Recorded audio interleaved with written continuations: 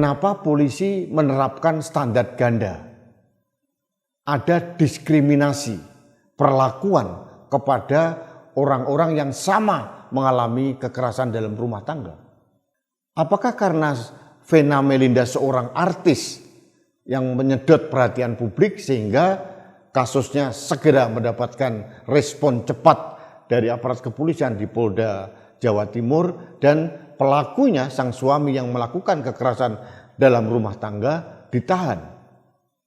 Sedangkan dalam kasus Krisni jelas-jelas ada visum, jelas-jelas ada korban, ada video, tapi pelakunya tidak pernah ditahan mulai dari kepolisian sampai di kejaksaan. Dan sampai detik ini pun yang bersangkutan tidak pernah ditahan.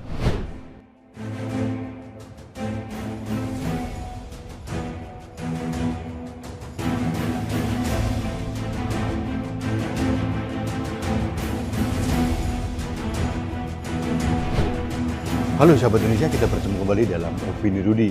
Sahabat Indonesia, saya sedang meneruskan membaca buku Dunia Hugeng, 100 tahun keteladanan. Ini yang kesekian kali saya membaca buku Dunia Hugeng karena saya merasa buku ini sangat inspiratif buat kita semua. Nah, kenapa saya membaca buku Dunia Hugeng? Ini terkait dengan institusi kepolisian Republik Indonesia yang sekarang menjadi sorotan publik karena banyak kasus-kasus yang menurut saya perlu adanya perbaikan secara signifikan.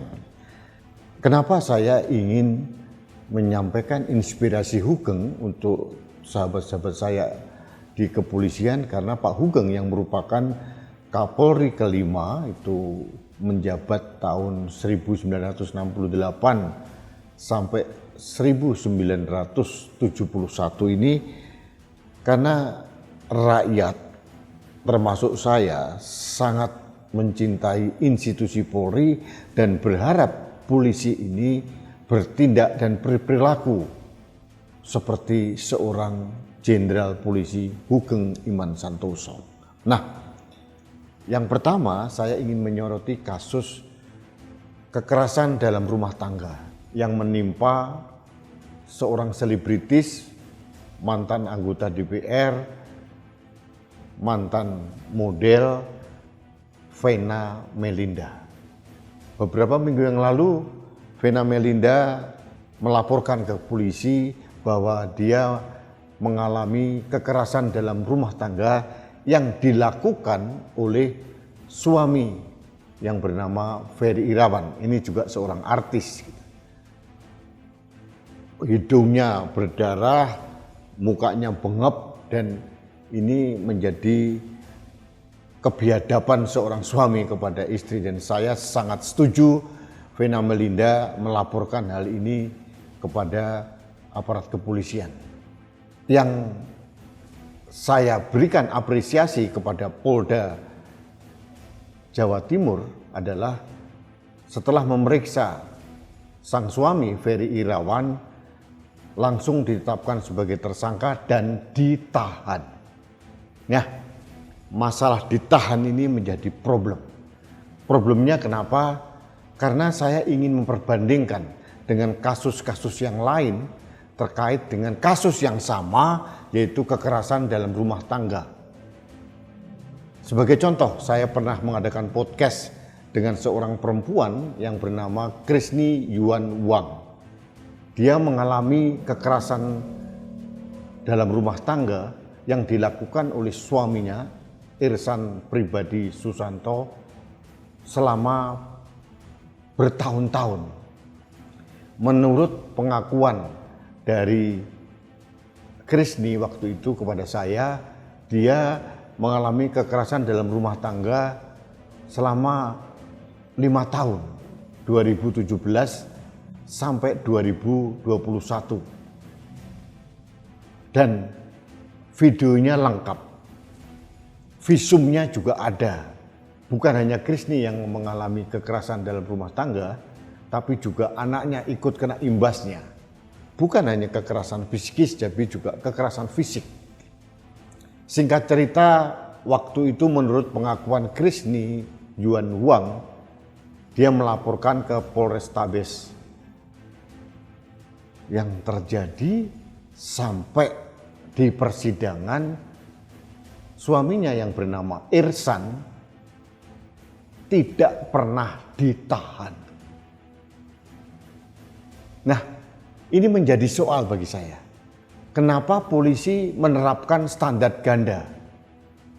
Ada diskriminasi perlakuan kepada orang-orang yang sama mengalami kekerasan dalam rumah tangga. Apakah karena Vena Melinda seorang artis yang menyedot perhatian publik sehingga kasusnya segera mendapatkan respon cepat dari aparat kepolisian di Polda Jawa Timur dan pelakunya, sang suami yang melakukan kekerasan dalam rumah tangga, ditahan. Sedangkan dalam kasus Krisni, jelas-jelas ada visum, jelas-jelas ada korban, ada video, tapi pelakunya tidak pernah ditahan, mulai dari kepolisian sampai di kejaksaan. Dan sampai detik ini pun yang bersangkutan tidak pernah ditahan. Ada apa dengan hukum di negeri ini? Dan yang membuat saya miris dan terkaget-kaget ini, yang terjadi terhadap Krisni Yuan korban KDRT justru dilaporkan oleh suaminya, pelaku KDRT, untuk tindakan pidana yang tidak dilakukan oleh Krisni Yuan. Dia dituduh mencuri cincin padahal masih suami istri, dan pada waktu itu cincin suami itu terbawa karena Krisni Yuan terburu-buru keluar dari rumah karena ketakutan terancam jiwanya karena semalam baru dihajar oleh suaminya. Yang mengherankan saya, laporan polisi yang dilakukan oleh pelaku KDRT ini justru diproses oleh kepolisian Polresta Surabaya dan diteruskan ke kejaksaan dan sekarang P21. Bagi saya aneh bin ajaib. Korban KDRT justru dikriminalisasi oleh suaminya. Zolim rasanya kalau kita membiarkan hal ini terjadi. Dan menurut saya ini di luar batas nalar saya untuk memikirkan hal ini. Dan menurut saya ini luar biasa penzoliman hukum, akrobat hukum yang dilakukan oleh oknum-oknum polisi dan jaksa sehingga korban KDRT bisa dikriminalisasi oleh suaminya. Ini harus menjadi catatan penting dalam sejarah hukum di negeri ini. Sahabat Indonesia, ini saya protes keras karena menurut saya polisi telah menerapkan diskriminasi. Hanya gara-gara seorang artis, kemudian pelaku KDRT-nya ditahan. Sedangkan kasus yang menimpa suami dari Krisni, pelakunya sama sekali tidak ditahan. Apakah karena suaminya adalah pengusaha di Surabaya, mempunyai klub basket, mempunyai hotel, lalu ada kekebalan sehingga tidak ditahan? Padahal pasal yang diterapkan, yang dituduhkan kepada pelaku KDRT sama. Dalam hal ini saya mengapresiasi Kapolda Jawa Timur, Irjen Polisi Tony Hermanto yang cepat tanggap menahan pelaku KDRT yaitu Ferry Irawan. Nah, pertanyaan saya kepada Pak Tony, mungkin waktu itu Pak Tony belum menjabat di Polda Jawa Timur ya. Pertanyaan saya, kenapa polisi-polisi di sana melakukan standar ganda? Yang saya sampaikan ini adalah contoh yang saya tahu. Kebetulan korbannya menemui saya dan kita mengadakan podcast.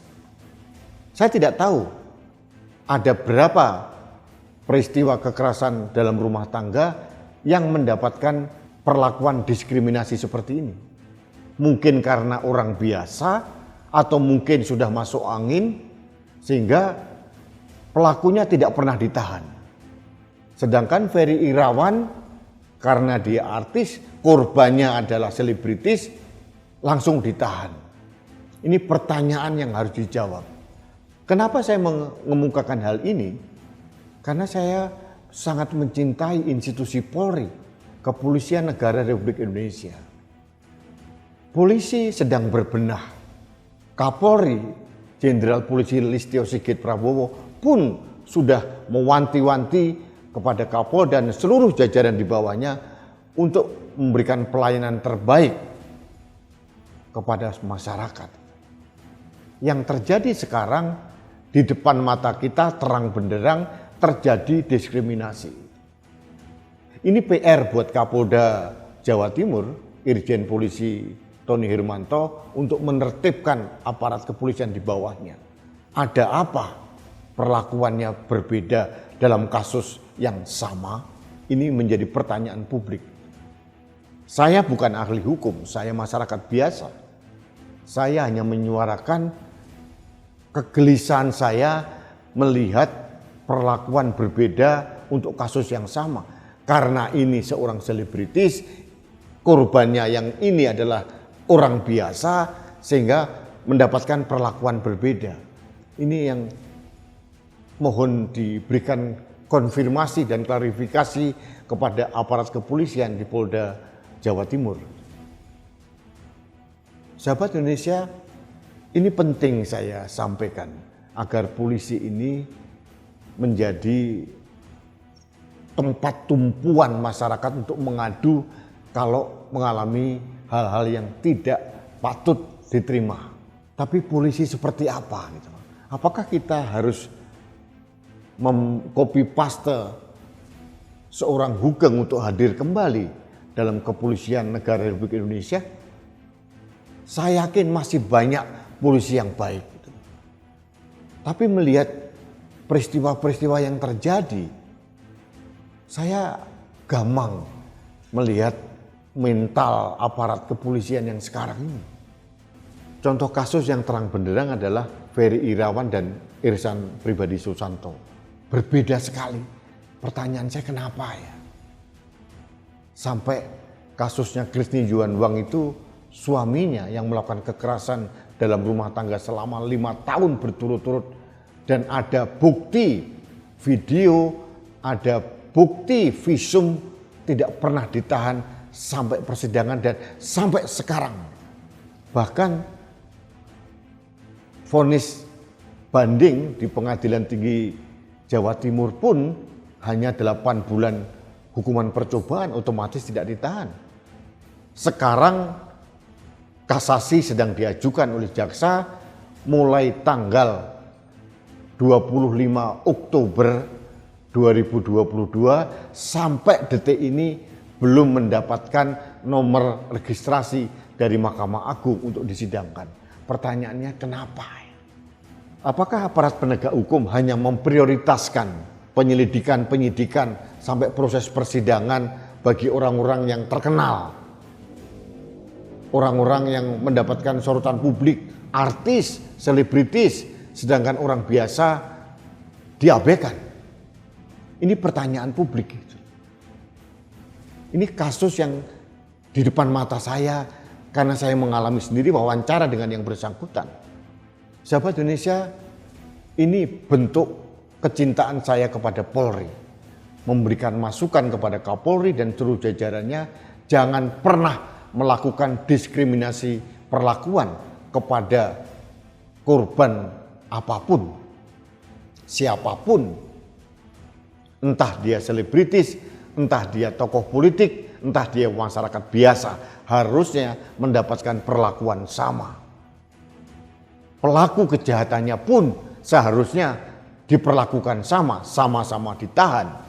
Yang ini ditahan, yang ini tidak, ini menimbulkan pertanyaan besar bagi saya. Saya yakin bukan hanya saya yang bertanya-tanya terhadap keanehan perlakuan ini. Jutaan masyarakat Indonesia pun bertanya-tanya, kenapa kasus yang ini pelakunya ditahan, yang ini tidak? Ini benar-benar melukai rasa keadilan masyarakat.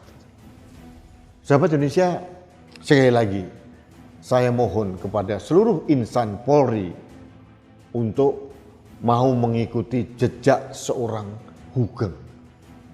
Kalau mentalitas, sikap, perilaku Jenderal Hugeng Iman Santoso ini diterapkan oleh seluruh insan Polri, saya punya keyakinan kuat kecintaan masyarakat terhadap institusi Polri akan semakin besar dan kepercayaan masyarakat pun akan semakin meningkat tajam. Ini PR besar kepada Polri, mau berbenah atau tidak. Berulang kali Presiden Jokowi selalu menekankan Polri harus segera bertindak untuk meningkatkan kepercayaan masyarakat terhadap institusi Polri. Tapi kalau kasus-kasus kecil-kecil seperti ini belum dituntaskan dan selalu terjadi dan terjadi lagi, saya tidak yakin kepercayaan masyarakat akan pulih kembali kepada institusi Polri. Besok saya akan membahas tentang kasus kecelakaan yang menewaskan mahasiswa UI, juga mahasiswa di Cianjur, melibatkan juga institusi Polri. Tapi dalam kaitan ini, saya ingin memberikan semacam sentuhan dan harapan kepada Kapolda Jawa Timur untuk membereskan anak buahnya. Karena telah melakukan diskriminasi perlakuan. Satu kepada Ferry Irawan, satu lagi kepada Irsan Pribadi Susanto. Ada apa? Ada permainan apa? Saya tidak tahu. Mudah-mudahan Kapolda Jawa Timur mendengarkan suara saya dan mulai melakukan pembenahan karena saya percaya dengan integritas Kapolda Jawa Timur, Irjen Polisi Tony Hermanto. Mudah-mudahan ini menjadi pembelajaran buat kita semua, termasuk kepada institusi Polri dan kepada seluruh jajarannya, bahwa tindakan apapun yang dilakukan oleh penegak hukum dalam hal ini Polri tidak pernah bebas dari sorotan masyarakat. Polisi tidak hidup di ruang hampa, tapi hidup di tengah-tengah masyarakat, dan sekarang era media sosial. Media sosial itu adalah memegang peranan kuat untuk memberikan informasi kepada publik. Dan publik sekarang jauh lebih mempercayai informasi dari media sosial. Ini yang seharusnya diantisipasi dan diikuti perubahan yang signifikan di seluruh jajaran Kepolisian Negara Republik Indonesia. Sahabat Indonesia, hanya itu yang ingin saya sampaikan. Terima kasih Anda telah mengikuti Opini Rudi. Kita bertemu kembali dalam Opini Rudi selanjutnya. Salam satu Indonesia, salam Pancasila. Saya Rudi SK.